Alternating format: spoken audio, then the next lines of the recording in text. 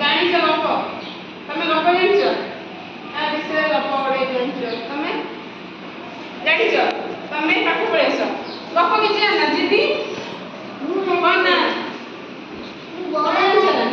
ହଁ ବଉଳ ଗାଈ ଆଉ ତମେ ଜାଣିଛ ନା ଗପ କିଛି ଗପ ଶୁଣିଲ ଘରେ ତମେ ଗପ କିଏ କୁହନ୍ତି ବାପା କୁହନ୍ତି କାଳେ ଜେଜେମା କୁହନ୍ତି କାଳେ ଜେଜେ ବାପା କୁହନ୍ତି ସମସ୍ତେ ଗପ କୁହନ୍ତି ତମେ ସେ ଗପ ଶୁଣିବାକୁ ଭଲ ଲାଗେ ହେଲା ଜଙ୍ଗଲ ବିଷୟରେ ଦେଖି ଜଙ୍ଗଲ ବିଷୟରେ ଶୁଣିଛି ଜଙ୍ଗଲ ସବୁ କିଏ ରୁହନ୍ତି ଜଙ୍ଗଲ କିଏ ରୁହନ୍ତି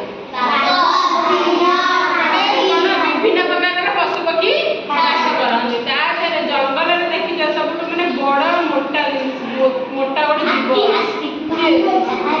ନା ବଡ଼ ମୋଟା କିଏ କହିଲା ଭେରି ଗୁଡ୍ ତାହେଲେ ହାତୀ ବି ସବୁ ଦେଖିଛ ହାତୀ ଗାଁକୁ ଆସନ୍ତି ହାତୀ କଣ ସବୁ ଖାଏ ଆଉ କଣ ଖାଏ ଗାଁକୁ ଆସନ୍ତି କଣ ଦିଅନ୍ତି ଖାଇବାକୁ ହାତୀକି ଧାନ ଦିଅନ୍ତି ଦେଖିଛ ନା ତାର କଣ ଥାଏ ହାତୀର ସୁଣ୍ଡଟା କୋଉ ଠାକୁରଙ୍କ ମୁଣ୍ଡରେ ଲାଗିଛି ତାର ସମସ୍ତେ ହାତୀ ବିଷୟରେ ଜାଣିଛ ଠେକୁଆକୁ ଜାଣିଛ ତାହେଲେ ଆଜି ଆମେ ଗୋଟେ ହାତୀ ଆଉ ଠେକୁଆ ବିଷୟରେ ଗପ ଶୁଣିବା ପଳେଇ ଆସ ମୁଁ ଯାହା କହିବି ତା ମନ ଦେଇକି ଶୁଣିବ ଆଉ କିଛି ମୁଁ ଯଦି ପ୍ରଶ୍ନ ପଚାରିବି ତମେ କହିବ ଧ୍ୟାନର ସହିତ ଶୁଣିବାକୁ ପଡ଼ିବ ହେଲା କାହା ଉପରେ ଗପଟା କହିବି ହାତୀଟା ଥିଲା ଦୟାଳୁ ତ କାଇଣ୍ଡ ଏଲିଫ୍ୟାଣ୍ଟ କଣ କାଇଣ୍ଡ ଏଲିଫ୍ୟାଣ୍ଟ ଗପ ନା କଣ ମାନେ ହାତୀ ଦୟାଳୁ ଥିଲା ହେଲା ଗୋଟେ ଜଙ୍ଗଲରେ ହାତୀଟେ ରହୁଥିଲା ହେଲା ଜଙ୍ଗଲରେ କିଏ ରହୁଥିଲା ହାତୀରେ ରହୁଥିଲା ହାତୀଟା ବହୁତ ଭଦ୍ର ଥିଲା ହେଲା ତାର ଭଲ ସ୍ୱଭାବ ପାଇଁ ତାକୁ ଜଙ୍ଗଲରେ ସବୁ ପଶୁ ପକ୍ଷୀ ମାନେ ଜାଣିଥିଲେ କଣ ପାଇଁ ଜାଣିଥିଲେ ତାର ଭଦ୍ର ଥିଲା ଆଉ ସେ ଭଲ ସ୍ୱଭାବ ଥିଲା କଣ ଥିଲା ସ୍ୱଭାବ ଥିଲା ସମସ୍ତେ ଜଙ୍ଗଲର ପଶୁ ପକ୍ଷୀ ସମସ୍ତଙ୍କୁ ଜାଣିଛନ୍ତି ଥରେ କଣ ହେଲା ନା ହାତୀରେ ଜଙ୍ଗଲରେ ବୁଲେ ଜଙ୍ଗଲରେ ବୁଲୁ ବୁଲୁ ଗୋଟେ ଠେକୁଆକୁ ଦେଖିଲା ହେଲା ଠେକୁଆର ନାଁ ହଉଛି ରୋଜି ହାତୀର ନାଁ ହଉଛି ଏଲି ମନେ ରହିଲା ହାତୀର ନାଁ କଣ ଠେକୁଆର ନାଁ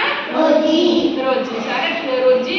ଜଙ୍ଗଲରେ ବୁଲୁଥିଲା ସିଏ କଣ ନା ତା ମା ଠାରୁ ଦୂରେଇ ଯାଇଥିଲା ଅଲଗା ହେଇଯାଇଥିଲା ମାନେ ତା ମା ଗୋଟେ ଜାଗାରେ ସିଏ ଗୋଟେ ଜାଗାରେ ତା ମାଆକୁ ପାଉନଥିଲା ସିଏ ବହୁତ ଡରି ଯାଇଥିଲା ଏକୁଟିଆ ଜଙ୍ଗଲରେ ବୁଲି ଛୋଟ ଠେକୁଆ ଡରିଯିବ ନା ନାହିଁ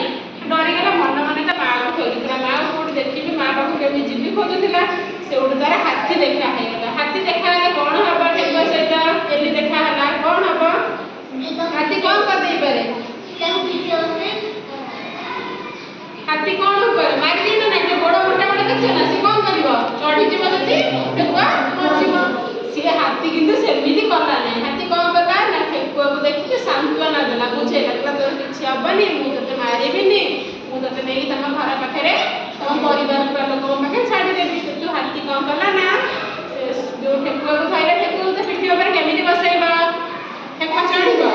ନା ତା ସୁଣ୍ଡରେ ଧଇଲା ଏମିତି ମୋଡ଼ିକି ଏମିତି କଣ ପିଠି ଉପରେ ନେଇକି ବସେଇଦେଲା କାହାକୁ